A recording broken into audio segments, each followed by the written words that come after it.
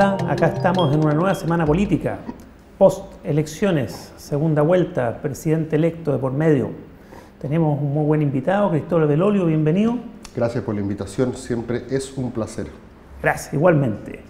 Mirko Macari, ¿Qué tal? nuestro ¿Cómo Mirko estamos? Macari, gran polemista de la plaza. Bueno, abro la sesión, ¿qué más vamos a conversar que las elecciones y los resultados, ¿no? Cristóbal, en tus manos. Yo creo Entretengámonos un poquito de análisis y de interpretación. O sea, ¿por qué la diferencia que fue la sorpresa? El triunfo de Piñera no fue la sorpresa. Sí. Era la primera opción, ¿ah? Pero también se entendía o se subentendía, estaba en el ambiente que podía Iba a ganar ser estrecho, y que iba a ser pero estrecho. que si ganaba por 4 puntos, 52-48, era mucho. Sí, bueno, al final se dio la lógica de que ganó el puntero. En Chile, desde Elwin a la fecha, siempre gana el que va primero. Sobre todo con esa cantidad de puntos de ventaja, tenía 13. O sea, en ese sentido se dio la lógica. Las predicciones que sí fallaron dicen relación con que se pensaba que mientras más gente votara era mejor para Guillé, en la medida de que era Piñera quien supuestamente tenía un techo. Esa primera predicción quedó finalmente descartada por los hechos. La segunda predicción que se consideraba que era que sería un error, esto de los votos marcados, que era un error la campaña del miedo, que podría alienar a votantes moderados de centro, en la práctica sirvió para movilizar. Concluyó que con el voto voluntario el centro no existe, ¿ah? Y a nadie le importa el centro. Se polariza y la polarización Yo ahí tengo es una exitosa. tesis, tú sabes, distinta. Creo que el centro existe, pero cambiaron los actores. Bueno, El socialismo, Partido Socialista, PPD, todos esos son partidos de centro. Pero el centro como un votante moderado no define la elección. Ese paradigma. Electoralmente tú tienes que tocar los tambores de la tribu, Claro. los más profundos, porque ese es el que está dispuesto a ir a votar. Ese votante de centro, si existe, no fue a votar, porque Exacto. no se sintió O interpretado. fue a votar por alguno de los dos que le Pero estaban- no fue decisivo. El decisivo, el que inclinó la balanza fue el duro, Sí. el durísimo. ¿Tú coincides con eso, Cristóbal? Sí, yo creo que aquí, bueno, de cada 10 votos de Piñera en primera vuelta, 3 nuevos llegaron al redil en segunda. Y eso por lo que yo he visto en la trayectoria de la votación de las comunas del Barrio Alto y de las capitales regionales, pareciera que hubo una conciencia de clase, no lo digo en términos peyorativos, lo digo en términos de análisis marxista, hubo una conciencia de clase de un sector que dijo, esto es nuestro, esto no puede ser arrebatado en la última fecha, esto nosotros ya lo teníamos ganado, y probablemente infundir cierta sensación de urgencia, de emergencia, fue importante. Bueno, y lo ves tú también, lo mismo gente de derecha lo reconoce, lo han escrito columnistas desde mercuriales hasta de sectores más críticos, lo importante que fue el despliegue territorial, el músculo que demostró la derecha. Giorgio Jackson lo llamó hambre, tenía que ver con también toda una clase Los movilizada. latinos lo hubieran llamado ferocitas. Ferocitas, exactamente. Y bueno, si tú lo ves aquí, esto que Carol Cariola dice, y por supuesto que se presta para una serie de discusiones clasistas, de si habían rubios o no como apoderados de mesa en el Red Comunas de Santiago Popular. Bueno, descriptivamente Carol Cariola está en lo correcto. Uno podrá discutir si evaluativamente ella quería decir algo más con eso, pero en la práctica el sector alto se desplegó y llevó apoderados a todas las comunas y de lo la región interesante es metropolitana. O sea, todas las comunas de Chile. De Chile, bueno. La razón es, claro, 43.000 apoderados. Impresionante. La razón es que hace que esa gente se movilice. Es una emoción positiva del liderazgo de Piñera y el albor de una nueva era, o es el miedo a perder lo que se tiene, porque esa es mi tesis, o sea, por lo menos siento que es la única explicación posible para eso. Lo que hay aquí es mucho miedo. La campaña de Piñera logró tocar la tecla más profunda, contrario a lo que se pensó que podía perder voto por los votos marcados, justamente lo ganó. Instaló la sensación de que la neura, nos van a robar una elección, y si nos roban la elección, estamos ante un horizonte de algo que quizás sea terrible. Demasiada incertidumbre. Fíjate que interesantemente Raúl Zurita, el poeta, había escrito una carta que fue publicada en los medios días antes de la segunda vuelta, un poco pegándole un pipe a los muchachos del Frente Amplio, diciéndole, aquí se juega lo importante, todos a sus puestos de combate, dice. Una frase muy setentera, todos a sus puestos de combate. Finalmente, la que llevó todos a sus puestos de combate fue la derecha. Yo comparto esa... Ahora, Oye, y la centro izquierda paveando. Porque quizás... Porque la centroizquierda no está la sensación que Piñera sea nada muy distinto tampoco. Ese es un Lo que punto. pasa es que ahí se pensaba, y hay otra predicción que quizás podemos conversar si fue fallida o no. Se pensaba de que el antipiñerismo iba a estructurarse de una manera más orgánica y no este puro tufillo. Como ustedes saben, en Perú lo que ocurrió en la última elección fue que el que salió segundo le ganó a la que salió primero, y en parte porque un antifujimorismo se estableció en la conversación política de la segunda vuelta. Aquí algunos pensaron que si no votaba mucha gente, el antipiñerismo podía bastar para sacar a Guille presidente. Finalmente fue más la movilización de los propios sectores de derecha que el antipiñerismo, que finalmente terminó Porque el siendo algo antipiñerismo no tuvo conducción. De hecho, el menos tuvo antipiñerista de todo era Guille. probable. Ah, Y entonces, Mujica, y eso y Mujica hace- fue el menos antipiñerista. Claro, llega impresionantemente. llega Mujica a despenalizar a Piñera. Exactamente. Ah, cuando... La visita de Mujica, que era genial a nivel simbólico, emblemático, al final salió para atrás porque Mujica fue el menos antipiñerista. Desdramatizó la elección, Exacto. despenalizó a Piñera. Oye, Sí, y no sí. levantó los brazos con Guille, Claro. no, nada. Claro, Fue o sea, un ese, descafeinado, Mujica es la razón por la descafeinado. cual, por ejemplo, todo el mundo fue a votar a Macron en Francia, no queriéndole ni gustándole, porque Marine Le Pen es por cierto. una amenaza. Entonces, el día de mañana Kass estuviera en una Ahí sí posición se militar, podría la cosa, generar, se podría ahí, generar, se ahí podría el generar. ejército de la izquierda se Ahí movilizaría. irían a su puesto de combate. Bueno, y más adelante también los analistas tendrán que ver si efectivamente los Mujicas de este mundo siguen siendo las mejores herramientas electorales y no un saludo de Jorge Valdivia de 2 minutos. De lo que ocurrió con Oye, Paredes. pero al final de Yo creo que cuentas, esas cosas oye, dan lo mismo. ¿Ah? Dan No, pero a lo que voy es que Oye, pero al final de quizás, cuentas- quizás un cierto mundo puso demasiadas esperanzas en torno a eso. Oye, O sea, pero sí, con lo por que favor. estamos hablando pareciera que Piñera sí es un buen candidato para la derecha.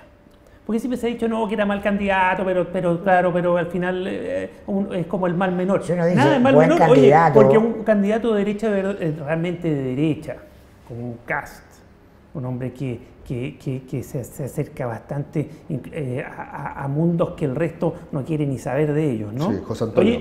Oye, chuta, genera un anti que puede llevar a la centroizquierda a su puesto de combate y a ganar, ¿no? Porque Lo que dijo Mirko, yo sociológicamente estoy de acuerdo. este es un país... Si fuera un escenario como el que Mirko describe, además, esto es interesante porque si es que la próxima elección fuera José Antonio Kast, o incluso Sandona, en cierto sentido, para ciertos grupos, versus Beatriz Sánchez o Boric, a propósito de todas estas autopsias un poco anticipadas del centro liberal o del centro... No, si es que efectivamente la cosa se abre mucho, la posición relativa a los actores importa para saber quiénes tienen oportunidades y nichos que conquistar. Entonces depende cómo se paren los jugadores en la cancha. Ahora, lo que es interesante también como predicción, y aquí tanto Mirko como yo compartíamos el diagnóstico, yo creo que hace unas semanas atrás, de que era bien arriesgada la apuesta de ocupar como voceros a 3 personas que tenían agenda propia. Por un lado José Antonio Kast, por otro lado Felipe Kast y por otro lado Manuel José Sandón. De buenas a primeras, saber que cada uno llevaba agua a su propio molino y estaba dispuesto a pelearse con el otro vocero en plena campaña no parecía lo mejor. Pero finalmente parece que incluso eso le rentó, en el sentido que cada uno se presentó el día domingo en la tarde con un saco de votos y dijo, presidente, aquí están los míos. O la parada de los talentos. Después llega el otro y dice, usted me dio esta pega, yo aquí, pum, se los pongo encima. Y después llega el otro y dice, aquí están los míos. Araucanía, Biobío, donde fue José Antonio Kast a hacer campaña, Araucanía Felipe Kast y los de Osandón, los de Puente Alto. Es decir, finalmente, de una manera medio de mano invisible de Smith, la competencia de sus 3 voceros finalmente terminó generando un beneficio colectivo. Lo que nosotros pensábamos hace un tiempo atrás que podía no funcionar, justamente porque se iba a mostrar desunión en el sector. Oye, y súmale el apretón que le dio a Chadwick, porque a Chadwick lo tuvo en capilla unos días después de la primera vuelta. Pero Oye, y ¿por qué? Chadwick se le ocurrió Pero llevar a Pero Huilla, y eso Huilla lo pasa, hizo muy bien, ¿no? eso pasa porque Sí. la alternativa B, alternativa A y alternativa D era Chilezuela. Si al final del día eso todo es posible que se subsanen todas esas cosas porque finalmente lo que hay allá es algo que me une a mí, independiente de todas mis diferencias, mis sensibilidades, ¿verdad? Despierta la apatía, es decir, hay un miedo. Sí. Yo creo que es interesante analizar ese personaje que va a votar 300.000 por Piñera en segunda vuelta, que no fue para la primera, y que tú no puedes inscribir dentro de la derecha tradicional. Sí. ¿No? Es un personaje, es el famoso facho pobre, que yo creo que existe, que define la elección. Es una rata miedosa en el sentido que está en la esquina, en el rincón, activado frente al temor de ser casado, de quedarse sin comida, y son las clases medias emergentes, básicamente que es un sujeto político nuevo, que es un sujeto despolitizado, no es un sujeto que a sí mismo se autoperciba como de derecha y no se percibe como político. Yo creo que de hecho, muchos de ellos pudieron votar por Bachelet, de hecho lo hicieron. Pero es un factor de análisis, pero que yo le quitaría un poquito la caricatura. ¿En qué sentido? Que existe, pero ¿en qué sentido? En que es clase media emergente y muy precaria. Está muy débil frente a lo que ocurra. La clase media precaria es tremendamente precaria. Si se enferma y pasa a ser, casi indigente, y su familia queda sin educación. Es decir, esa sensación de miedo, de rata acorralada, en definitiva, porque depende de factores que no puede controlar y que un lado le dice que sí se los va a controlar y el otro lado le da pura incertidumbre, ¿no? Sí, yo creo que hay un factor súper relevante. Existe, por eso digo, existe el fenómeno, la persona, sociológicamente hablando, políticamente hablando, pero yo le quitaría el estigma un poco ridículo, digamos, de facho pobre, porque muchas veces no es ni facho, no es ni de derecha, pero tiene miedo. Sí, bueno, es una crítica, no se autopercibe ni se autodeclara y no ni lo facho, es, y capaz que no lo ni sea. de derecha. Pero capaz no lo sea, pero está débil. Pero su miedo está herido, está débil. Le impide ser un sujeto político en positivo. ¿Está bien? No se va a movilizar para votar por el proyecto. Pero producto del sistema, el sistema generó ese tipo de personas que son muy débiles, no pueden tomar decisiones propositivas, sino más bien defensivas. No hay gente libre al final del día. Yo haría una diferencia entre el votante que se movilizó por miedo. El miedo es un motor motivacional en política desde que el mundo es mundo, tanto como la rabia, como la culpa, como el sentido del deber, incluso como el sentido del placer. El miedo usualmente ha sido un motor motivacional en la política en los sectores más bien de derecha, porque son los que usualmente tienen algo que perder. Claro. Si tú defiendes tu parcela, defiendes tu modo de vida. Pero hoy día la clase media precaria está en lo mismo. También defiende su modo de vida. A eso estoy tratando de hacer como la conexión de que es cierto de que la movilización de las 3 comunas del Barrio Alto no explica la elección y reducirla a ello no corresponde. La razón principal por la que la gente votó por Piñera, si es que existe una razón, porque deben haber muchas, nosotros aquí estamos, que es importante ponerlo en contexto, aquí estamos analizando una de las tantas teclas que se tocó, una de las tantas fibras que se movió. Quizás a otra persona te va a decir sencillamente, aquí había uno que me garantizaba crecimiento económico y con plata baila el monito, y los últimos 4 años lo siento que han sido más o menos lentos. Pero ese voto no es adhesión, no es adhesión al proyecto ni a la persona. Exacto, bueno, es posible. Nos salvamos, el grito de la gente en el cronómetro, nos salvamos. Y lo que me parece interesante, ahora hablando ya de otra tecla, que no es la necesariamente defensiva, sino más bien la ofensiva, es que cuando Piñera acepta la gratuidad, y se genera en la derecha una discusión si es que acaso no sería esto una victoria pírrica, de que cuesta mucho en términos doctrinarios, pero bueno, victoria al fin y al cabo, pero costaría mucho después procesarla en términos doctrinarios, o cuando dice, ¿sabes qué? No me complicaría mucho tener una FP estatal. Cuando se empieza a abrir a temas que supuestamente eran banderas de Michelle Bachelet y su coalición se opuso durante los últimos 4 años. La derecha se opuso durante los 4 años y de repente hace el giro. Por eso, lo que es interesante es que ahí lo que hace Piñera es decir, ¿sabes qué más?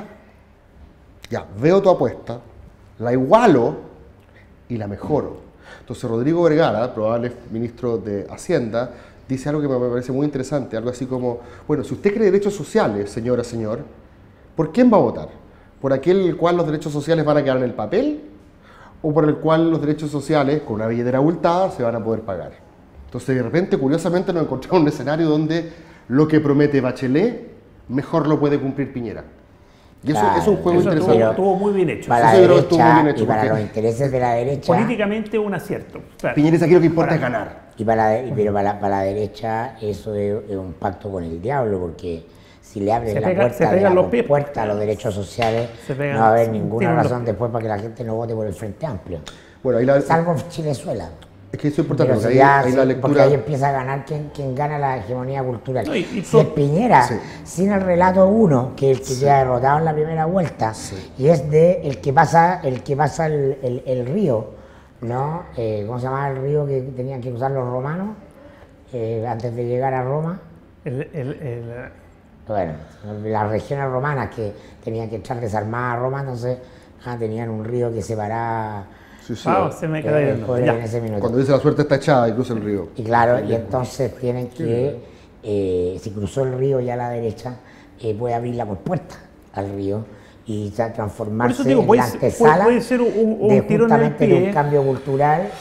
y no ser el elemento contenedor, que la derecha por definición es su misión, ¿no? En una sociedad equilibrada, la derecha tiende a contener, la izquierda a tratar de pasar sobre esa contención, el centro político hace su juego y así avanzan las sociedades, ¿no? Bueno, es que yo Entonces, justamente quería apuntar a eso. Cuando la derecha deja de cumplir ese rol por ganarse una elección. Por ganar el gobierno, que algo que Jovino ¿no? entendía muy bien.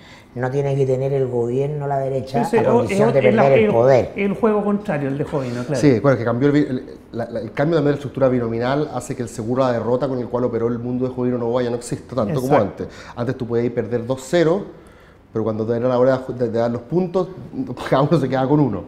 Sí. Hoy día eso cambió un poco, pero lo que me parece interesante respecto de esta lógica Bachelet-Piñera, esta gran era Caburga que se va construyendo en el tiempo, sí, qué buen concepto, finalmente pareciera que ella corre el cerco y después llega él y lo administra. Ella corre el cerco, plantea la necesidad de reformas, porque la palabra reforma en sí misma no está en el léxico de la derecha justamente quizás por lo que tú mencionas.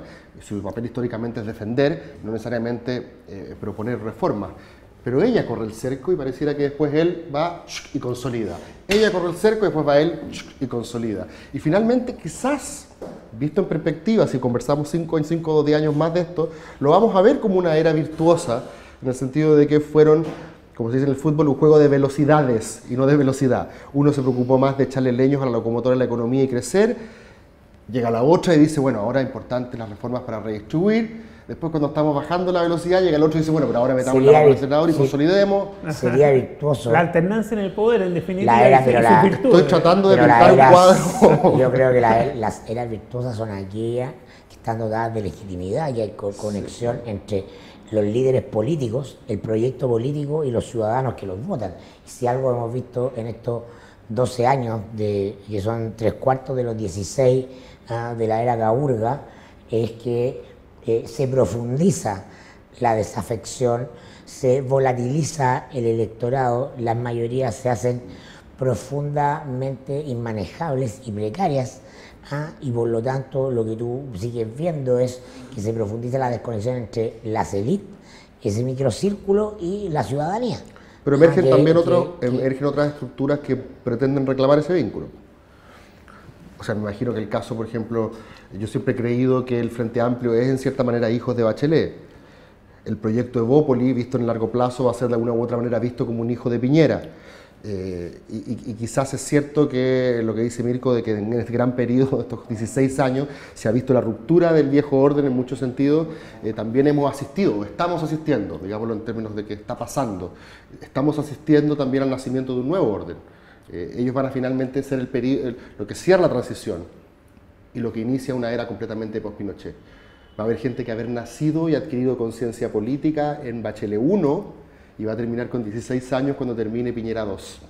Eso es muy interesante. O sea, así como hubo chilenos que nacieron cuando comenzó la dictadura y cuando la dictadura terminó ya eran tipos de 17 años con conciencia política, aquí va a haber pasado algo interesante. La pregunta es, ¿qué Chile es el que, para esa persona que nació el primer día de Bachelet 1 y que tenga 16 años el último día de Piñera 2, qué Chile es con el cual... Muy interesante. Vamos a dejar la pregunta abierta, porque te encuentro interesante. Oye, gracias Cristóbal, gracias Mirko. Aquí podemos hablar horas, así que lo corto aquí para dejar la tensión dramática de la pregunta. Vamos a almorzando en el 13 el próximo. Nos vemos. Chao. Chao. Chao.